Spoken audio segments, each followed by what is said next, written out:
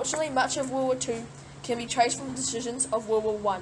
The blame was laid on Germany for causing so much hostility, and as a nation, they got the brunt of the guilt.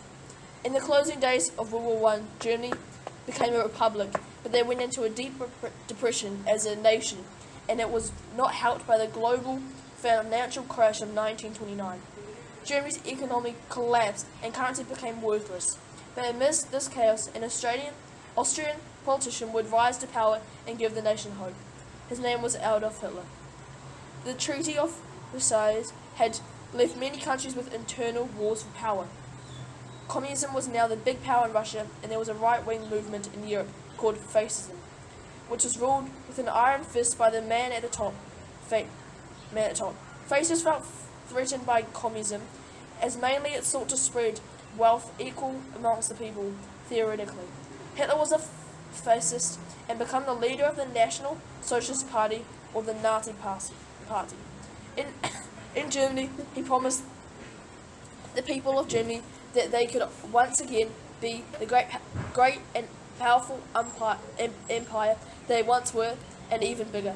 Throughout the 1930s, as he was voted into power, he made anti-Semitism politically correct, promoting the myth that Jews cheated to country at the end of the First World War, by creating the German Republic and forcing the armistice. As the years went on, the Nazi Party created the notion of Aryan superiority and striving for ethnic perfection, sorting to rid themselves of ethnic minorities, especially the Jews.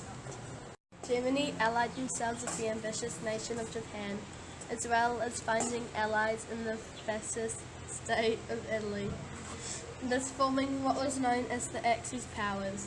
Germany had shrunk after the war, and because of the Treaty of Versailles, Germany was not to put weapons in the Rhinelands bordering France. The trickle to war began as Hitler had begun to arm this area. They then entered into Austria, who happily joined the Third Reich. Then they invaded Czechoslovakia, the first mostly non-German speaking country for them to invade, sending alarm bells throughout the rest of Europe, resulting in a warning from British Prime Minister Neville Chamberlain to not invade Poland. On the 1st of September 1939, Hitler invaded Poland. As a result, Britain and France declared war on Germany.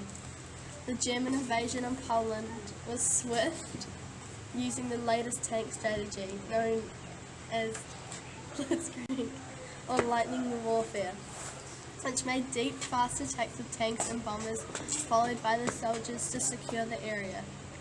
After Hitler conquered Denmark and Norway, they turned west. The German army pushed through quickly and efficiently. British and French forces moved through Belgium to meet them, but the Germans were too quick. The surviving forces evacuating off the beach of Dunkirk. The German forces swiftly penetrated into France. The French quickly surrendered. Hitler mockingly accepted the surrender. In the same train carriage, the Germans had ended the First World War in defeat. British saving grace was that it was an island. The Germans planned an invasion, but the British had land and air superiorities. The Germans cancelled an invasion. Despite no invasion, they repeatedly bombed the cities of Britain.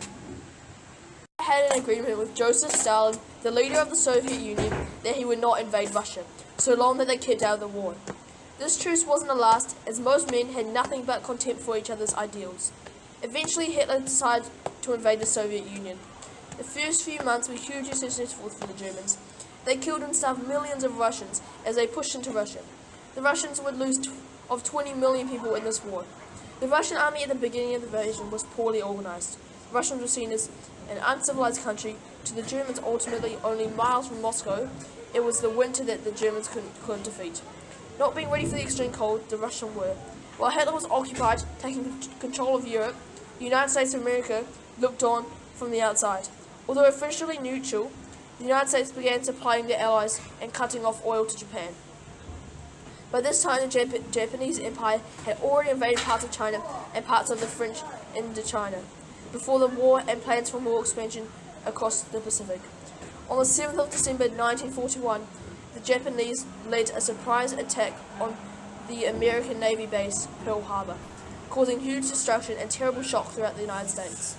The attack was supposed to stop the United States from interfering in the war, but Japan had awoken the sleeping giant. The United States of America declared war on Japan, and thus Germany declared war on the United States. The Allies moved right across the north of Africa during 1942, and by 1943 the Italian people had ousted Mussolini out of power, seeing an apart approach to Sicily allied.